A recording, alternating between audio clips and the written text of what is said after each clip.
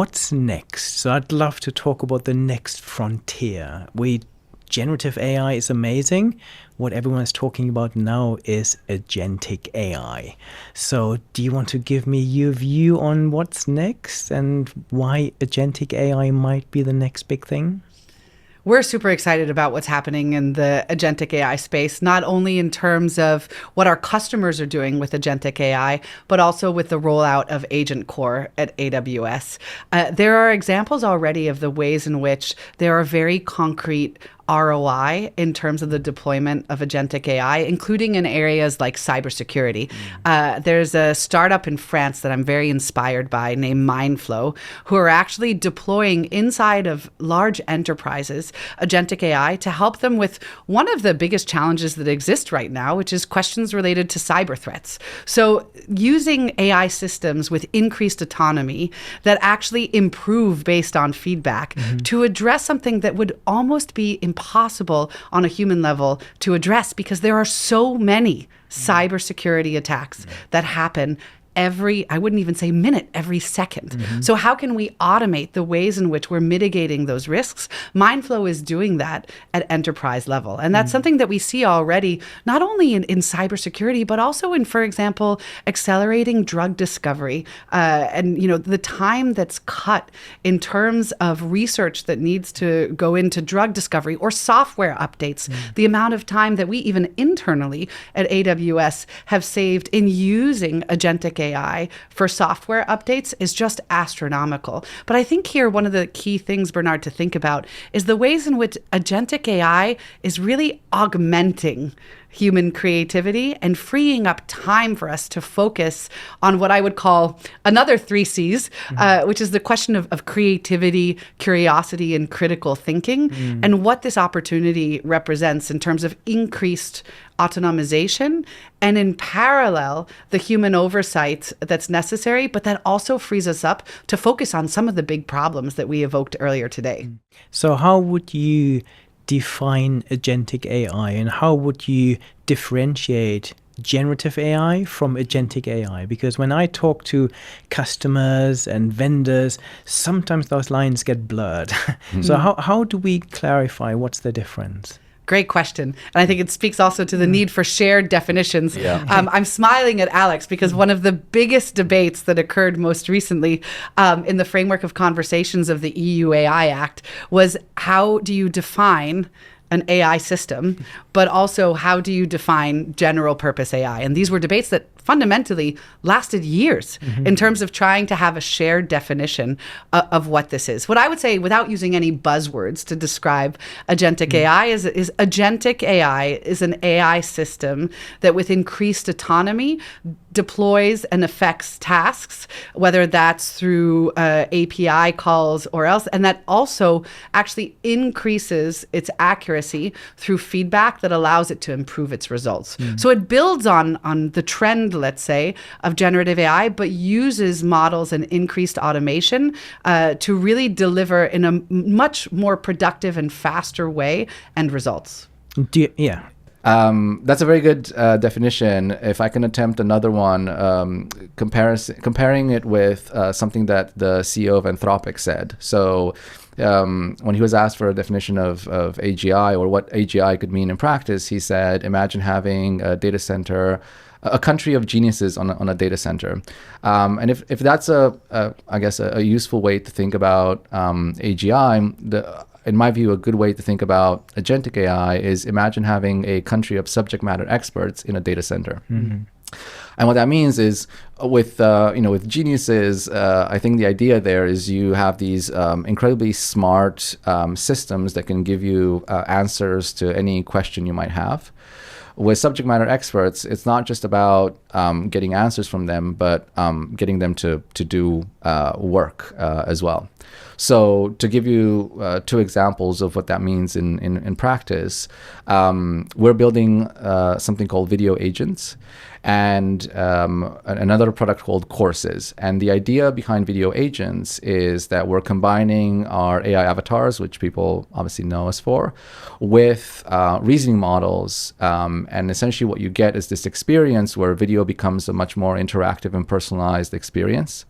If you think of video as, over the last few years, it's been very much, it hasn't evolved much beyond kind of broadcast. People watch a video and kind of move on to something else. We want to add a bit of that interactivity into video. So imagine talking to an AI avatar, learning about a topic, and then, for example, doing role playing. So the avatar becomes your teacher, you become a student, you can ask it questions, or vice versa. Let's say you learned a new skill or you learned some new information and you want to practice what you've learned.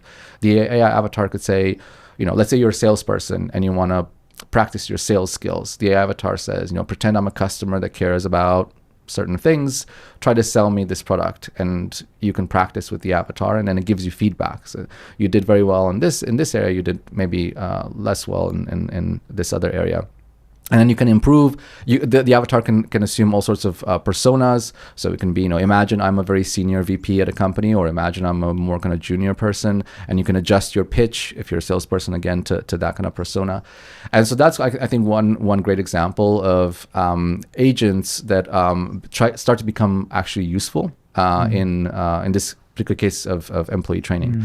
Another example is a startup called FlowX AI, and what they do is they build agents in the financial services industry. So they work with a lot of banks, insurance companies, and what's really interesting there is they've built this architecture that combines, again, reasoning models with traditional machine learning. To build AI agents that not only are very good at what they do, so they do things like processing mortgage applications or assessing risk in terms of fraud, but they also learn from subject matter experts and able to kind of improve their intelligence, and also have all the things that you need in financial services, governance and transparency and explainability. And they're now deployed in several banks doing the kind of work that was only possible before with humans. And this is not about sort of necessarily replacing human labor. It's about scaling human labor, because if you think of subject matter experts, there's if you think about the top 1% of your company, those people have a lot of knowledge, but there are only a small handful of them around. And if you can disseminate that knowledge to everyone in the company so that everyone can become a subject matter expert or acquire knowledge faster, that's really important. So you're not replacing those people, because you still need subject matter experts to acquire knowledge. You're just then disseminating that knowledge that they have to your organization, either internally through your employees or with customers. And I think for me that's really exciting, this ability of AI agents to capture knowledge that we have, and then they're available 24/7. They can do work. They can scale up the work of humans. Yeah, what an amazing example. Yes. On a personal level, one of the things that I'm most excited about in agentic AI is what this represents. And Alex, you evoked it in terms of personalized learning. I think this is front and center in terms of how people are thinking about what this technology represents as an opportunity. Big conversations are happening around the world of what the introduction of generative and agentic AI represents for the future of education. I would say, again, that it's really important to double click on the soft skills in terms of critical thinking and creativity and curiosity.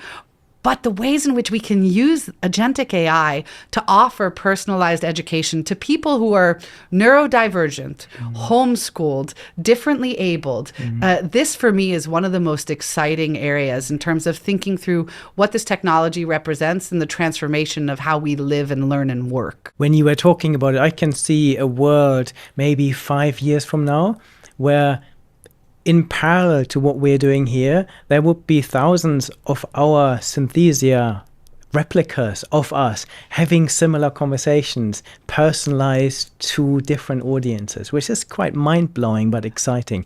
You were just about to Yeah, I was going something. to pick up on what you were saying just now, which is that especially in large organizations, you want to have the flexibility to retrain people on specific skills that they need.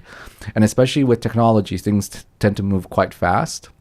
And so I was speaking with someone who runs data science sort of upskilling at a large European company, and that European company has a lot of, for example, mechanical engineers. So they're this is one of the biggest companies in Europe. They have these people who are amazing at what they do. They've obviously gone through universities, studied mechanical engineering. They work as mechanical engineers, but they wanted to upskill them in concepts like data science and AI.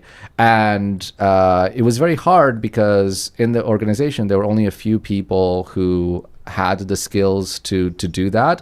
And they would have these kind of courses, like in-person courses, but it was very difficult to scale.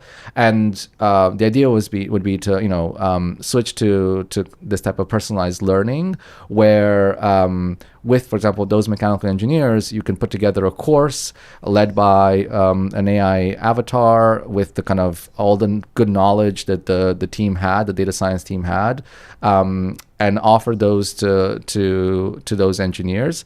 And the key there was personalization. So the idea is that the AI agent that would handle that not only would adapt the content to the person's needs, but it would also adapt to the way that people like to learn. Because the way I like to learn is probably very different to the way Sasha likes to learn. And so some people like analogies, some people they're more visual learners, some people they prefer different formats of learning. So those types of experiences, you can build them with AI, and you can offer them to people, and you're going to be much faster at upskilling people than the traditional approach of having a subject matter expert join a Zoom call, give the same presentation to everyone, and hope for the best, basically. Yeah, I couldn't agree more.